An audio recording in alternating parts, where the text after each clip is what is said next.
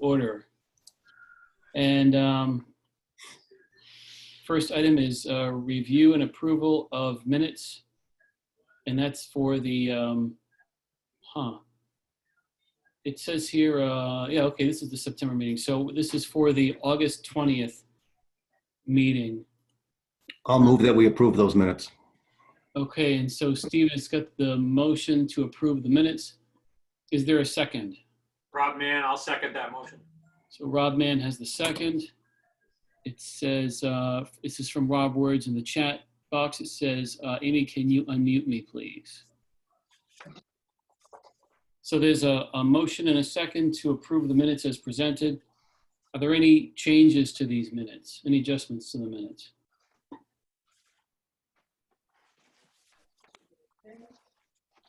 All right, hearing none, all in favor of accepting the minutes as presented signify by saying aye. Aye. Anyone opposed? Anyone abstain? All right, so for the record, we'll say this was 6-0. Then we'll move on to correspondence. We received a memo about teacher contract negotiations. I forwarded that around to everyone. Did everybody get a chance to see that? And then we also received a letter that was forwarded to us from the school, and I don't recall if it was the chair or if it was the superintendent who signed the letter talking about their anticipated deficit for fiscal year 20, but I did forward that around to everybody. I believe it was the superintendent, Aaron. Yeah, got it. But I hope everybody recalled seeing that. Yep. Those are the two items of correspondence that I remember. Is there anything that we're missing? Anything that came across our radar that I'm forgetting? All right, if not, then we'll move on to citizens' comments. Is there any citizen who has a comment at this time? Any citizen who has a comment at this time? All right, hearing none, we'll move on to Selectmen's update. First Selectman, Amy St. Onge. Good evening, everyone. I have kind of a short update for tonight. Our animal control program is moving forward. We're anticipating the launch of the program officially on October 1st. We have notified NECOG that that is our anticipated date of reopening. And tonight you'll see that we're asking for an appropriation from the Animal Fund, which consists of donations and some of the licensing fees. We're going to be asking for an appropriation of $10,000 to help get up to $10,000 to help get the building up and running again. Thinking it's probably going to be less than that, but we wanted to make sure, the Board of Selectmen decided we wanted to make sure we didn't have to keep going back to ask you for more. I think that we're anticipating it'll be around $3,000 to $4,000 to get everything back up and running. We're finishing a lot of the prep work. We have an electrician meeting me there tomorrow to look at some of the electrical issues. Peter Ernst, our building maintainer at the town hall, has been doing a lot of work. He's been working feverishly to do some of the small minor repairs for us. So I thank him for all his help. And so that's that. Again, hoping to launch that October 1st. Additionally, the Department of Public Works just completed some work on Porter Plain Road, and they completely resurfaced and repaved the Liberty Lane Road, which is right near Porter Plain. This week or next week, they're starting to do the grinding on Sunset Hill Road. That was a road that was very much in disrepair, and happy that they're going to be able to start working on that road.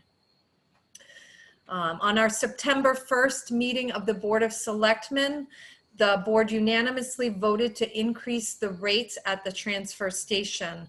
So those fees are moving from $100 for an annual single household permit to $120, so a $20 increase. The half-year fee is going to move from $60 to $75. We decided to keep senior rates the same. However, we are going to be implementing a formula within the ordinance that in the future will set the price for senior rates on the transfer station permits at half the cost of the regular permit, rounded down to the nearest $5 increment. We also voted to eliminate the $5 replacement sticker fee because that caused a lot of angst amongst residents. But we are going to add to allow the half-year permit holders to purchase a second sticker at the $15 fee. Additionally, this past month, the Water Pollution Control Authority voted in a rate increase of $40 per unit. There was a public hearing held last week, which we anticipated no one attending, and no one attended. So that rate increase is getting put in place for this coming year. Lastly, on a kind of fun, cool note, Artie Gerard, who has worked for the town of Thompson for 52 years, decided to retire. So we honored him a few weeks back in his 52 years of service. It's the only job he's ever held. He started as a summer intern and then was drafted during the Vietnam War, or actually, sorry, he was not drafted. He volunteered to join the military. And when he returned from Vietnam, he went back to work for the town and has been with us ever since. So a wonderful, wonderful man, and I really wish him all the best in his retirement. And that's all I have for you tonight. Thank you. Any questions for the first selectman?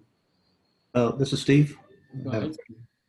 Amy, I wonder if you could touch on the search for a new audit firm.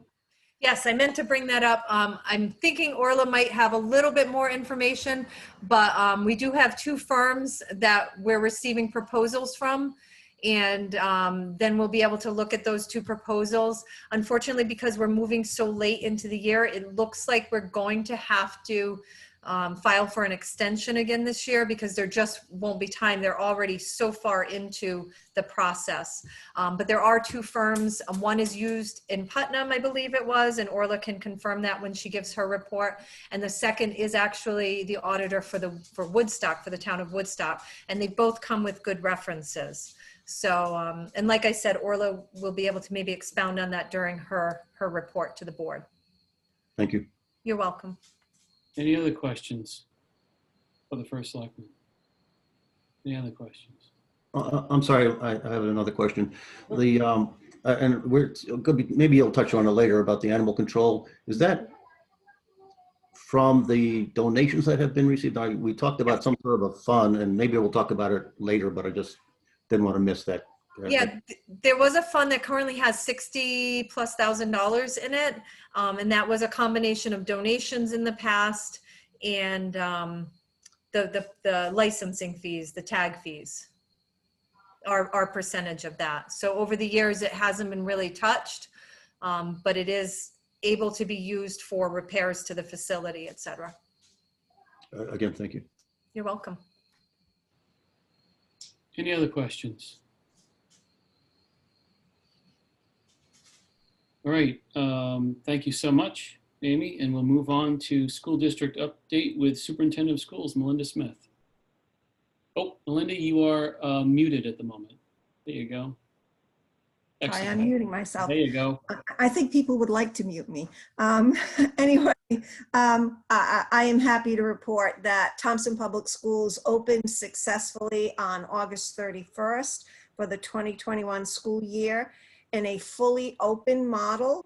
That means that we are not in a hybrid model, which means half of the students are on site, or our students completely remote learning. School is open in full for all students. However, as of September the 8th, and this is changing by the day, we have 268 students that are distant learning, 107 at Mary R. Fisher, 95 at Thompson Middle School, and 66 at Turtle Up Memorial High School.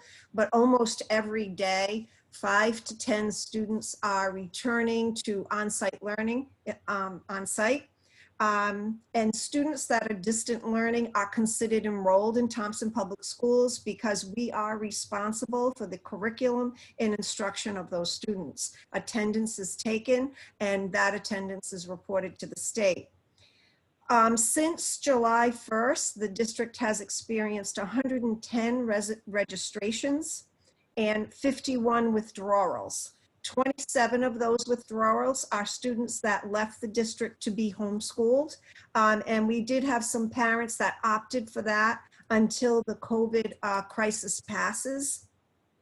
We did receive 26 students from St. Joe's. As you know, St. Joe's closed at the end of last school year, and we have enrolled 26 of those students. So our current enrollment, although it is not stable, and it doesn't usually stabilize until next month, we have a total of 990 students right now, 243 at Turtle Up Memorial High School, 311 at the middle school, and 436 at Mary R. Fisher Elementary School. I need to publicly say that Thompson Public Schools has an amazing administrators, faculty, and staff. I just need to commend our custodians who prepared that school facility by moving countless pieces of furniture out of classrooms so that we had socially distant spaces for our students to return. Our security team who have been keeping the grounds safe and managing traffic. Our food service people who are running like crazy to deliver food to every classroom because children do not eat in the cafeteria. Our secretaries and our administrators for really getting ready for organizing and actually opening the doors. And of course, our teachers and our paraprofessionals who have gone above and beyond. And our teachers right now are in a dual teaching situation, which means they are teaching the students that are in front of them.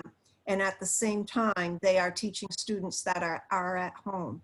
And so that is a juggling and balancing act that teachers are starting to acclimate themselves to. It certainly isn't perfect at this time. However, they are doing an outstanding job. And the one person that tonight I really need for the Board of Finance to understand who has given countless hours to addressing our health issues in district is Shannon Grauer. Shannon Grauer is our lead nurse, and I can't tell you that school would not have opened without her level of expertise. She has been one amazing woman. I'm on the phone with her all the time because things are changing. People have questions. This afternoon, we had a faculty meeting just for question and answers. Remember that this whole COVID health crisis is has a level of anxiety for everyone that's in the school. And so it's her job to make sure that folks are getting clear, direct answers, and parents are calling her at all hours. If you were to ask me what one negative for opening up school full-time was, I would say it's the traffic issue. We have many parents driving their students and picking their students up from school. Our buses initially were riding with only 5 to 6 kids on a bus. I found out today from the bus company director that ridership has been picking up every day. So I think the more confidence parents have of sending their children to school, many more are putting their children on the bus. The traffic issues have certainly gotten better, especially around pickup. Parents aren't allowed in the buildings. We're not allowed to accept any visitors. So especially at Mary Fisher, parents have to pull up and we have to bring the student to the car and put the student in the car, and then they can go on their way. So that process started on the first couple of days. It took about an hour to do that. And now the school is down to a 15-minute parent pickup time. And that's because we refined some internal procedures and external procedures for traffic control. And so we feel like every day that we're in school, it's a success. And you know, there's going to be times that we are going to have to close down or quarantine certain groups of students. But right now we're ending week 3. And I'm pretty optimistic that we will be back next week. So I take it one day at a time. Expenses for opening school is staggering. And we initially told the state that we would need about $776,000 to appropriately open school. There has been an additional allocation and the district is receiving $248,000, but that's a long way off from what I originally requested. I don't know if other federal dollars will be coming down the pike and we'll end up with more money from the state or federal government. So it's that's a wait and see every day. But right now, we froze the budget on September the 4th, so only essential spending is going through. And the biggest issue for us right now is making sure that we have appropriate staffing. And it's really difficult because, like I said, people are concerned and have anxiety around the whole COVID health crisis. But overall, I believe we had a very successful opening, and I just pray each day we get through a day and our students are able to remain on site. So that's it for me. Thank you, Melinda. Any questions for the superintendent? Aaron, it's Rob Wurge. Can you hear me? Sure can. Go ahead, Rob. Yeah, I had a question and a comment. Melinda, terrific update, and I agree with your comments about the amazing work that everyone's done. It's no easy task to be ready and open given all the conditions. With regard to the budget and the estimate of 776 or so, and you said appropriated was a little over 200,000. You had estimated that 700 plus quite a while ago. Now, given today, would you say that was overstated or understated, or how do you feel now that we are kind of into opening and operational? Do you think that 770 is still the right number, or is it high or low?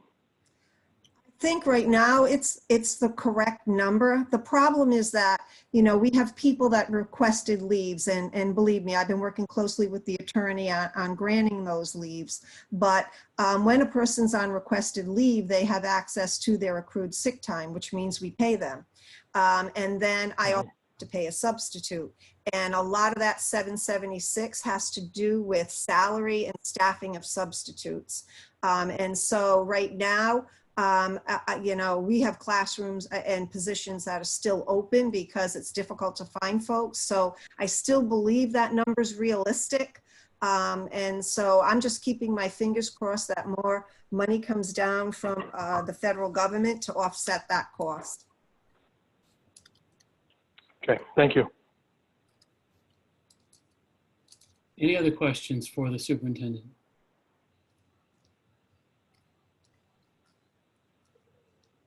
All right, thank you so much, Melinda. Outstanding job to you and the entire team. I know it's early. It's September 17th, and we're hoping we can get through this whole year, but you guys are obviously doing everything you possibly can to get us moving in the right direction, so we appreciate it. So we'll move on to financial report, and that is with Finance Director Orla McKiernan-Raftery. Orla. Thanks, Aaron. Yes, so this is the first time that we'll be reviewing our numbers from fiscal 21. So I want to give you an idea of where we are in the first 2 months of the fiscal year. So as of the end of August, we've collected 7.6 million in tax revenue. Current collections of 7.5. Prior taxes are a little bit lower, and interest and liens are similar to the were last year. Current taxes are substantially more than they were last year because we weren't collecting during the month of August. So no major grants have been received during the months of July and August that affect our general fund. We did receive the first round of road funding, town road aid, which is approximately $126,000. So that will give more money in the paving fund for Rich to do what he does. With regards to expenses, we're committed to 2.704 for the first 2 months of the year. And on the balance sheet side of things, we've increased our cash by a little bit over 4 million from this time at the end of June. And cash is higher than this time last year by 5.765. So that's really where we stand on the 2 months of the fiscal year. I did share with you also a list of where we are on the expenses through the end of last year. We're still continuing to work closing out the fiscal year for fiscal 20. On the expenses side of things, we have a surplus of 588,000. And if we take that into account with regards to our cash, we have a deficit on our cash of 288. So the net effect at the moment is approximately a surplus of 190,000, which primarily is the money that was left over in snow removal. As you know, we had approximately 154,000. We encumbered 25, and the rest of it's going back to the general fund. So that's really where we stand on. And this doesn't take into account any potential deficit on the Board of Ed side of things. So that's really where we are on the cash. I know on the agenda, the audit for fiscal 20 is under new business. Aaron, would you like me to update you on that now, or would you like to wait? I'm okay with waiting until that specific item on the agenda if everybody else is. I mean, technically, if we were to jump down to that item now, we would have to take a vote to do so. Whereas if we just allow the meeting just to get down to that point, then we don't have to mess around with all that. Makes sense. Okay, thank you.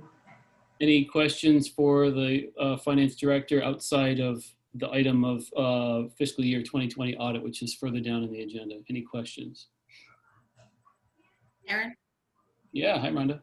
is it possible to go back and ask Melinda a question, one question? It's okay with me. Melinda, you okay with that? I was just wondering if you could kind of go over this letter with us and the time frame that the letter you sent to us regarding. Oh, sure. Yeah. I don't have a copy right in front of me. However, I think last spring, I think it was in May, we had to officially inform the Board of Finance that we were running in a deficit. And so at that time, the deficit was, I think, up over, what, 341,000 at that moment in time. After that, we had been obviously closing out POs. And I know that Chairman McGarry wanted to know, okay, you knew you were running in deficit. What did you do internally at the district level to offset and mitigate, those expenses? And there was a lot of things that happened. And in that letter in May, I let you know where we were tracking the overages in special education, because we know that the reason we have a deficit is because we were running really high in out of district special education placements. Obviously something that we didn't budget for, an influx of students. And then after I submitted that letter with the explanation, we had obviously closed out POs, and then Dadco Bus, we had to negotiate with them because Governor's Order 7R said that we had to negotiate with the bus company and come up with a figure that we were going to pay for bus services. Remember, we closed on March 13th, and we were closed for the remainder of the school year. However, that governor's order told us that we were liable still for that bus service. So at the time that I was talking to you in May, I thought we were going to be almost responsible for that transportation bill. But we held out, and we played a little tough, and we only had to pay 65% of what we owed Dadco. And there was some considerable savings there, I think around 92,000, which brought that number down, that deficit number down around 160,000. Since then, Bob had to submit our end of the year report to the state. And after all the dust had settled and invoices came in and out, we're currently at about $129,000 deficit. There's still a little tweaking that will happen. We could get an unsuspected invoice in, but Bob's pretty confident that he's covered everything to date and paid everything for FY20. We all know that through the audit process, though, that number will probably adjust. Bob is members of the Board of Education asked Bob the other night, what is his opinion? Will it go up? Will it go down? He knows that the 129 is a good number now, and it could go down a little bit. He doesn't, and I don't want to speak for him, but he doesn't anticipate it's going to go down significantly. So it looks like that's where we're going to, somewhere around that number is where we're going to end after the audit. Okay, thank you. Yeah. Aaron, you're on mute. Thank you. We were on the finance director's report. Does anyone have any questions for the finance director?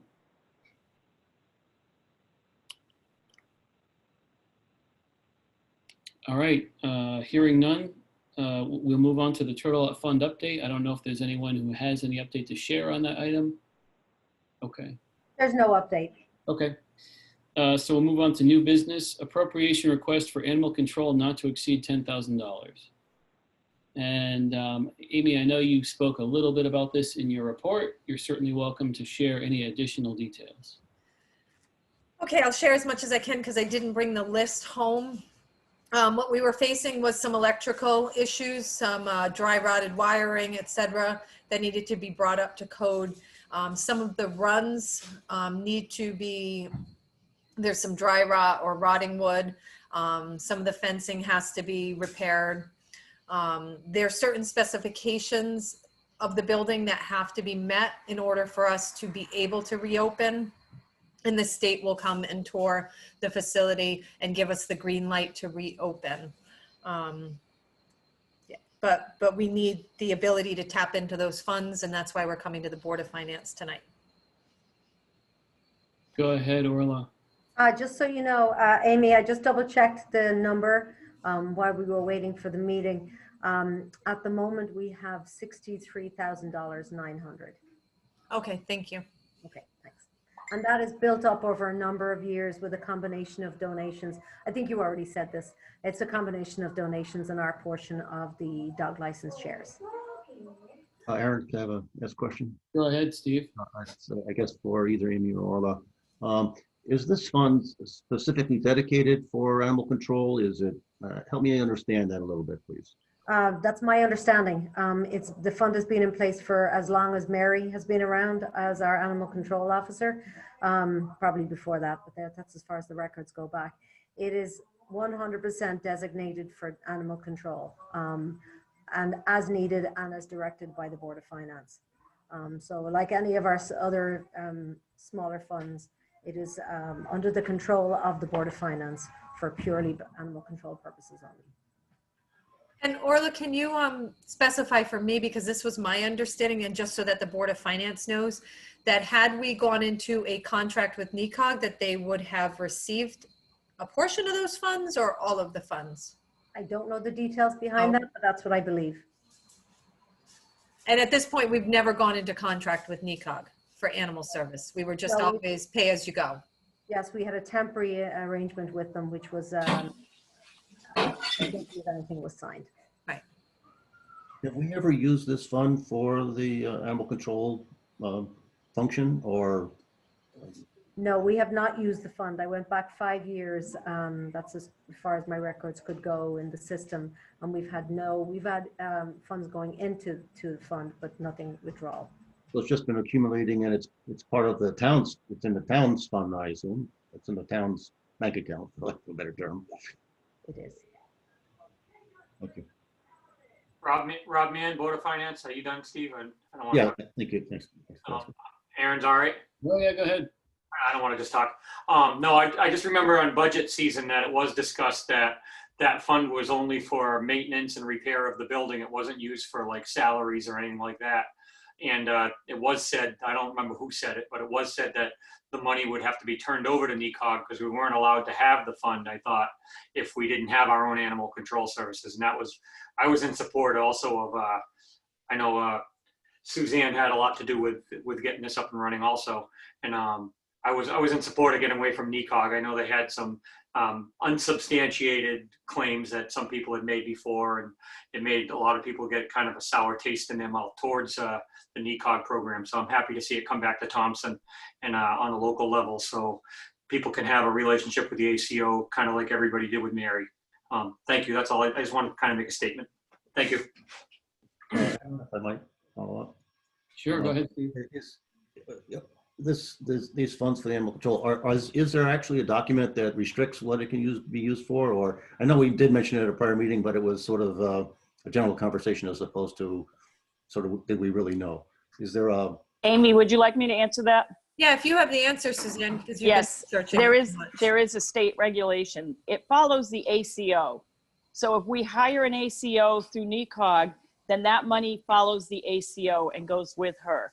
And it's very descriptive how the money can be spent. Part of the collection of the dog licensing goes to the state. There's another part that goes for science and research. But it's very specific, but it stays with the ACO.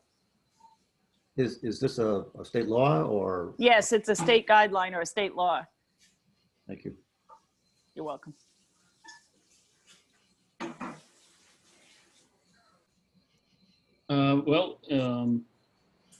We certainly can continue to discuss this after a motion is made and seconded, but I'll certainly, I'll tell you what, I'll go ahead and I'll make a motion.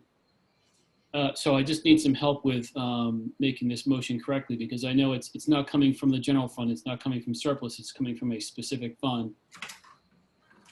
So I'll The make, name of it is the dog fund.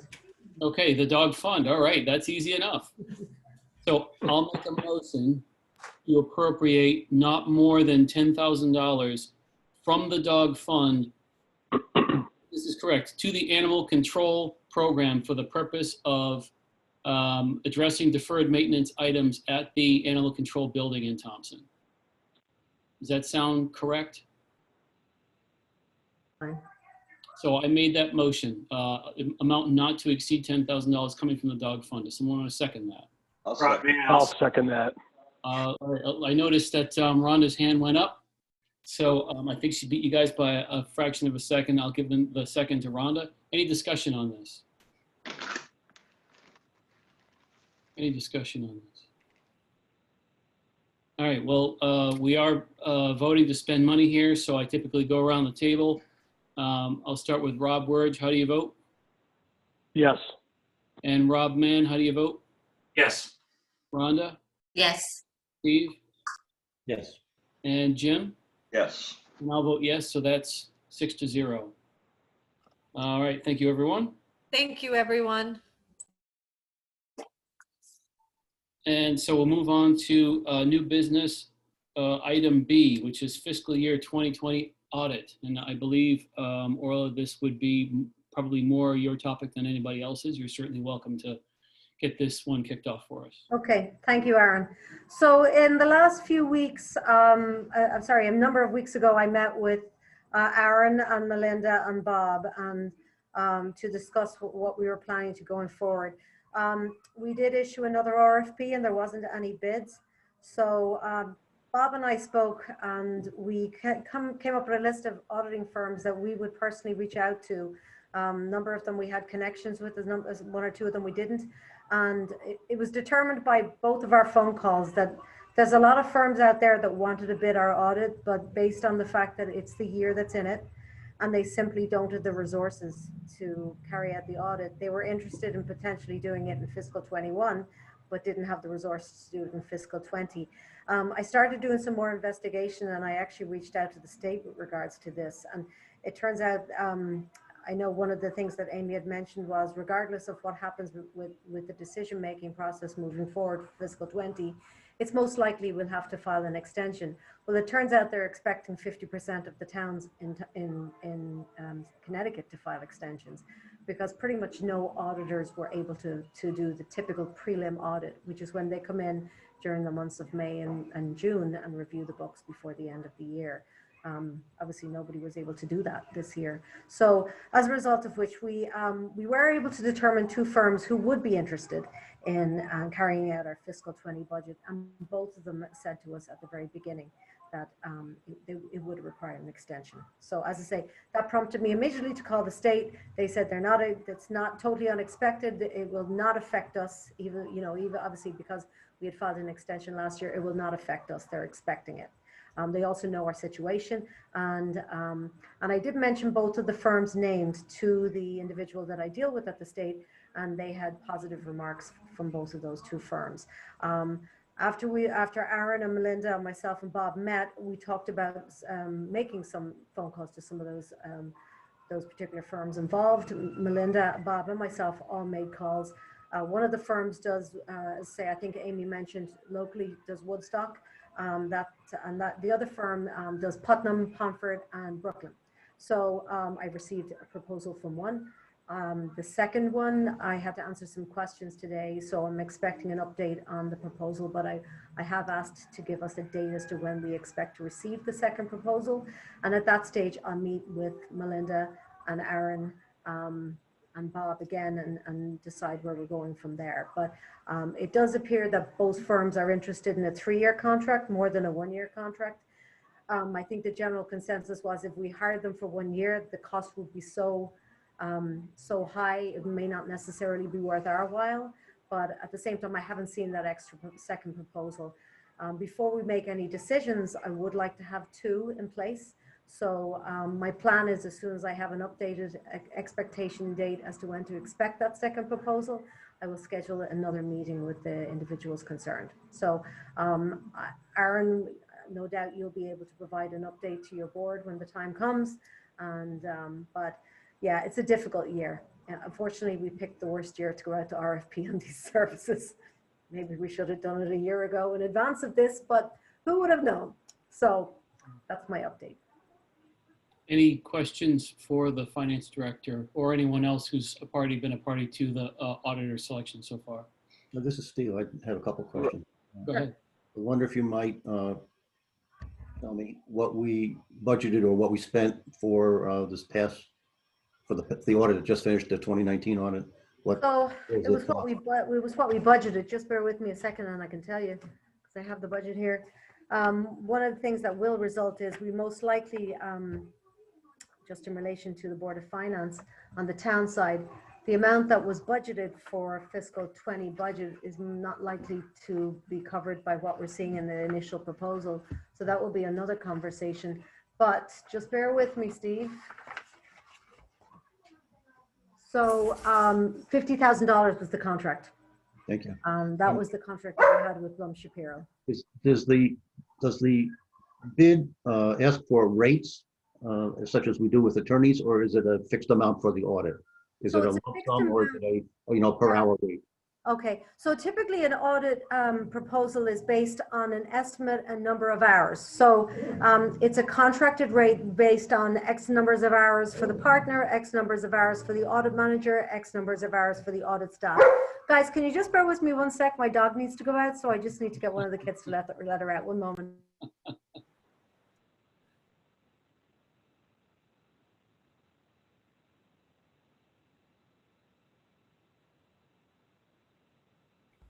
Okay, she's going out now. That's good. So, so that'll give you an idea. That'll give you an idea of what it is. Based on what I'm seeing in the proposal, it's an average number of hours. They do provide estimated per hour rates after those, but you know, the goal would be that it pretty much covers what they expect. You're muted, Steve. All right, I'm sorry. So it's sort of a quote, assuming a certain number of hours, but if they spend more hours than that, the cost would go up. Is that my understanding then? Correct. Thank you very much. No problem. Any other questions? Rob Wirge, Rob Wirge, I had a follow-on question. 50,000 for last year, Orla. You said you received 1 bid. I recognize you're still anticipating the second bid. Where did that first bid land relative to the 50K last year and relative to the budget for this year? So how we've done it in the past is we've pretty much broken it 50-50 down between the town and the Board of Ed. This time would be a little bit different. So how they've proposed this is a higher rate for the town and a little bit of a lower rate for the Board of Ed. So I think the Board of Ed will most likely be covered, but the town would require an additional approximately $4,000. And that is in relation to the first bid that I have.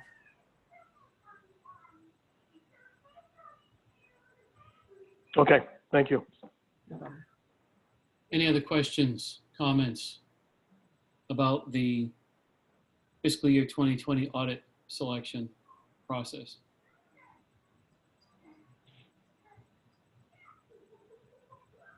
All right, we'll move on to Board of Finance member comments. Any Board of Finance member comments at this time?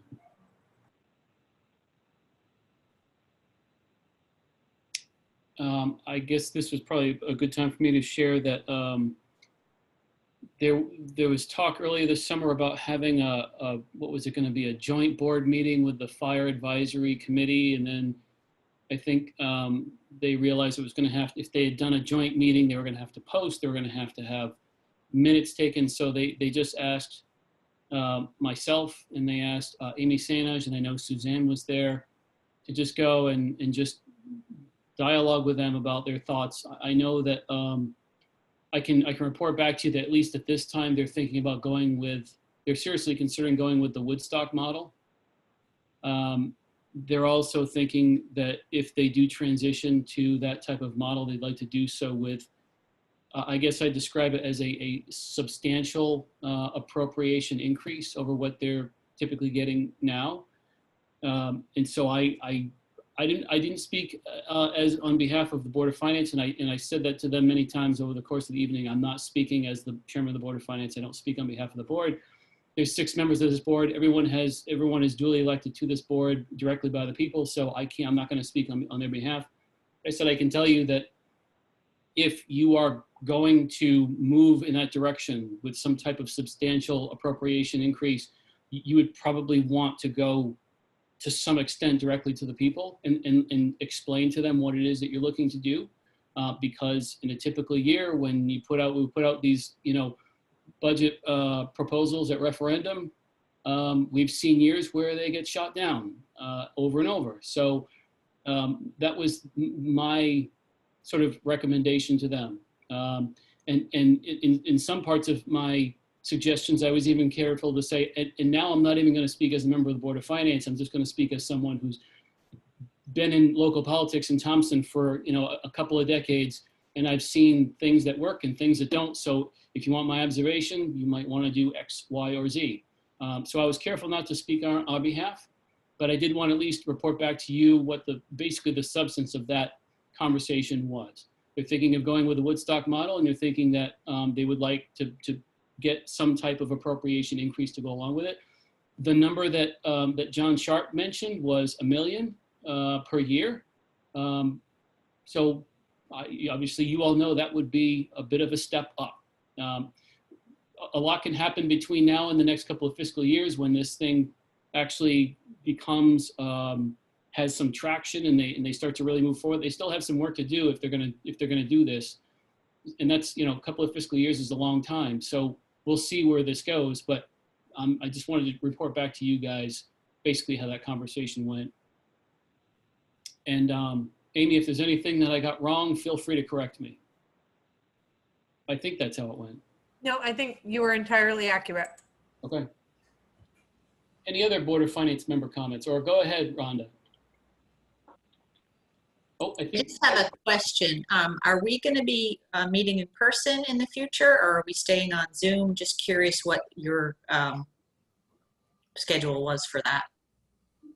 so let's see, I know that Dottie had sent to me like a proposed calendar for the coming year. We usually, I know our calendar is typically, it's a calendar year as opposed to a tax year when we set our calendar for the year. And what I believe we have to vote on it. So we'll probably vote on in the October meeting. But I said to her, just put the calendar together the way that we traditionally have done, because we don't know when this COVID-19 thing is going to be under control or not. We don't know when we're going to go back to being able to meet in person. And we were able to pivot okay in calendar year 2020. We started out with a normal year, and then sometime in mid-March, just like everything else in the world, we just suddenly pivoted. So I said, let's just put the calendar out there, assuming that life will be back to normal. And if it's not, we'll just sort it out. I certainly look forward to the day when we can all meet in person. But I mean, I guess we're gonna have to wait until maybe the state of Connecticut allows it. We'll probably be looking to an authority that's higher than us. Go ahead, Rhonda. The Board of Ed's meeting in person now, is that correct? Yeah, so I don't know. I was just curious. Either way is fine with me. But go ahead. This is Jim. Wait, I think Melinda had her hand raised just a moment ago. The only reason I raised my hand, it's in person for just the Board of Ed members. The public has to Zoom in. Okay, so it's okay. Go ahead, Jim. I was under the impression that you could have a group as large as 25. I was just told that 2 days ago from one of the from our tax collector. So I think we should meet in person if it's at all possible. I'm okay with meeting in person. I certainly don't want to make anyone feel uncomfortable if they have an underlying health issue or if they have people in their immediate family who might be at risk. Certainly for those who feel safe, they're welcome to attend in person. And if we have a Zoom that connects the community, I imagine a member of the Board of Finance or more than one member could be right in that Zoom connection. Amy, it looked like you had a thought. I just wanted to say that, yes, Jim is right. Groups can be, I believe, indoor events, outdoor events can go up to 500. Indoor events, I believe, are still at 25.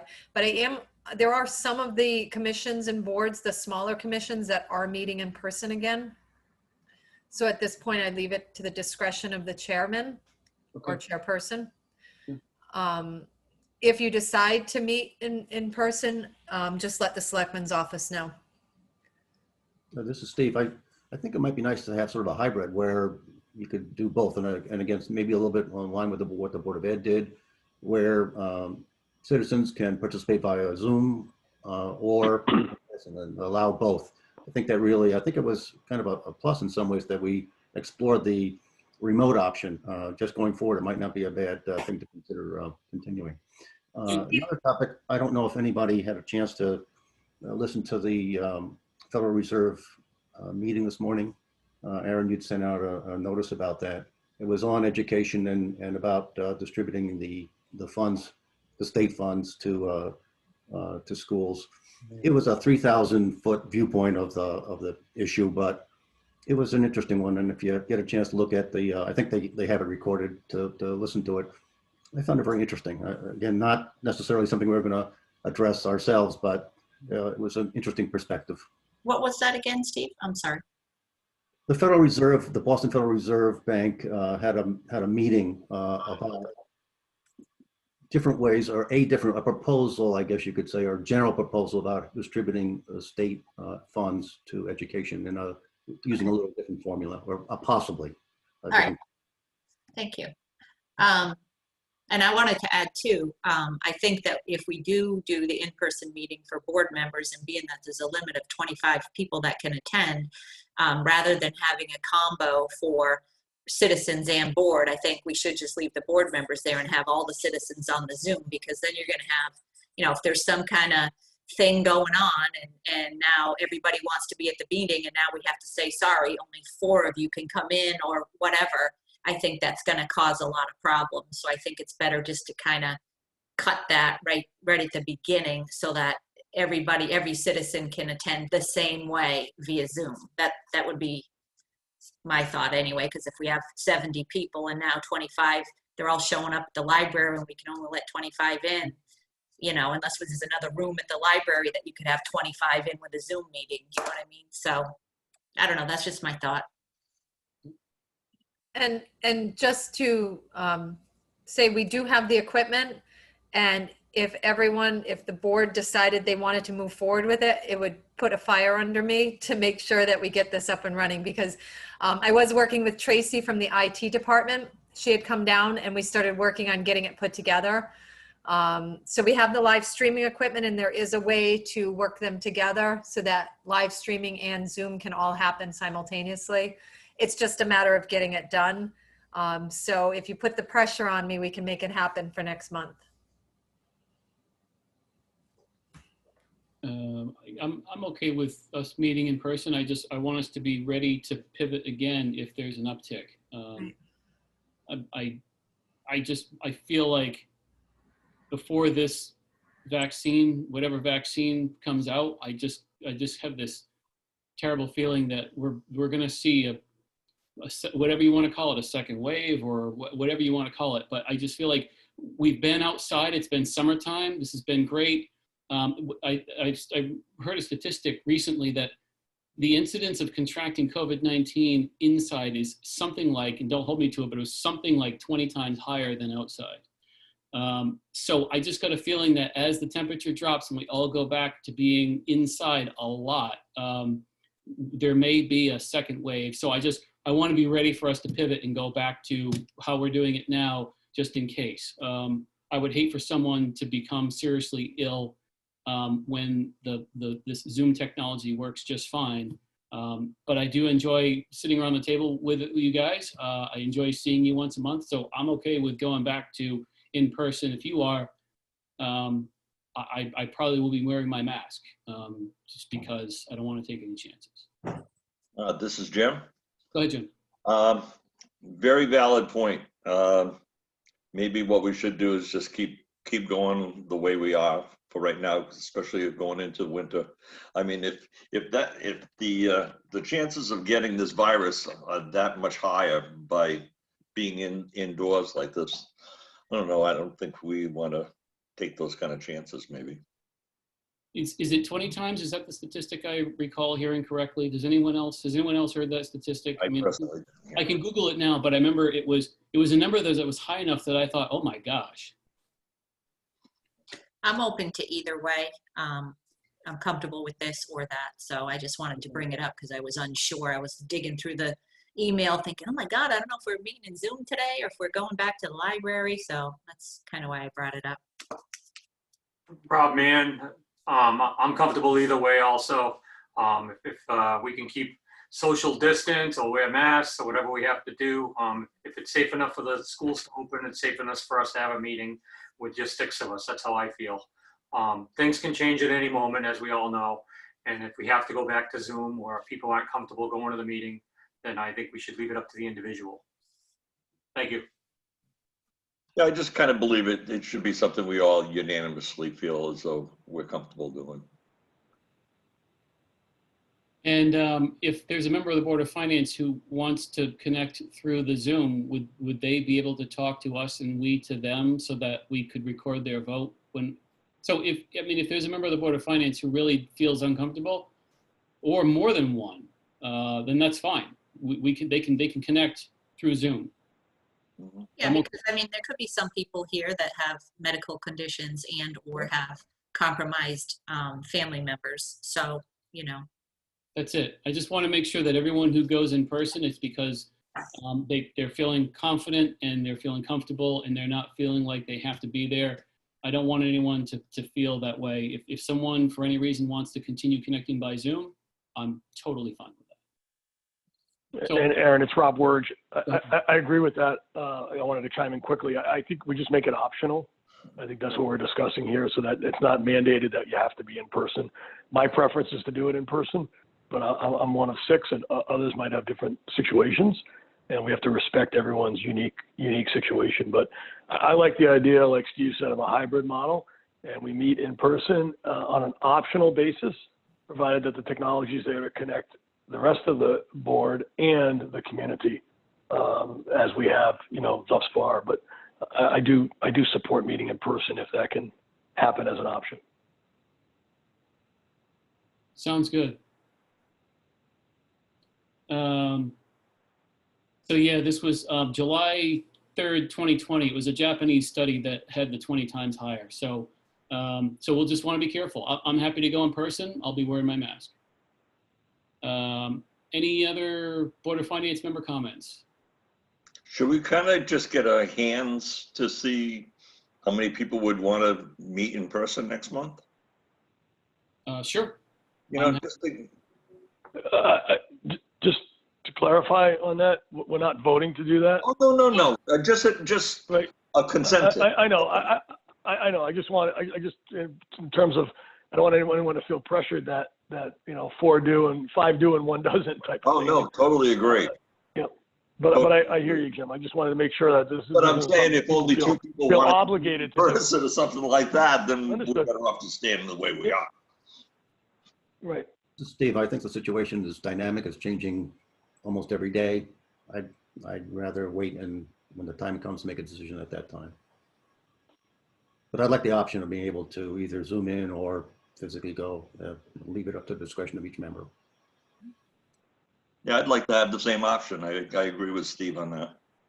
So I wonder, when making plans for next month's meeting, should I say, okay, if you have interest, if you want to be there in person, let me know. So at least we'll have a general idea of what the head count in the room would be. And so then that will help us to set up the room appropriately. And so that way people don't have to hit reply all. They don't have to put any pressure on anyone else. Go ahead, Rhonda. I think you might be muted. No, I can Okay, hear me. good. Okay, good, good. Go ahead. I was just gonna say, I mean, I don't think there's a rush on this. You know, like Amy said, she'd have to, you know, light a firecracker to get it going. But I think it's important to, you know, maybe just be set up for that. You know, maybe give her some time to get it set up. And then maybe not next month, but the following month, if it's everything is still looking good, she's set up, we're all taken care of, nobody's, you know, we've tested the system and all that. I think that, you know, that I would be good with that. And then we'll just take it month by month. I mean, if there's, you know, if the school's shut down now because somebody got sick or whatever, and now, you know, we're going to follow suit with that or whatever, you know, we can kind of go either way every month, I guess. So, I mean, I'd go in, you know, I don't have a problem with that. I'm going to work and, you know, I've been working through this whole thing. So I just practice regular social distancing and wear my mask when I'm in public. So, and so do my kids. So I think pretty much we're all on that same page. So, and I don't have any other health issues either. So that, you know, I'm open to it, to either way. And, you know, I don't think we need to rush into it. So if we do this, we could shoot for November. And I imagine by the third Thursday of November, we'll probably have a good sense of whether or not an uptick is starting to happen. Because I suspect we would know by then. That sounds sensible. Yeah, We'll and also know we'll be our next president, our president for the next 4 years too. Hopefully. yes, we will, Rob. I will tell. Sorry, Rhonda. That's all right. So that's a good thing. That will be over, thank God. So I hope so. Depends on how fast some of those absentee ballots come in. We'll see. All right. Any other Board of Finance member comments at this time? All right. So hearing none, I'll entertain a motion to adjourn. I'll make a motion to adjourn. So Rhonda's got the motion I'll second that. and Jim's got the second. All in favor of adjourning signify by saying aye. Aye. Anyone Aye. opposed? Anyone abstain? That's 6-0. And thank you, everyone. This meeting is now adjourned. All right. See you later. Everybody.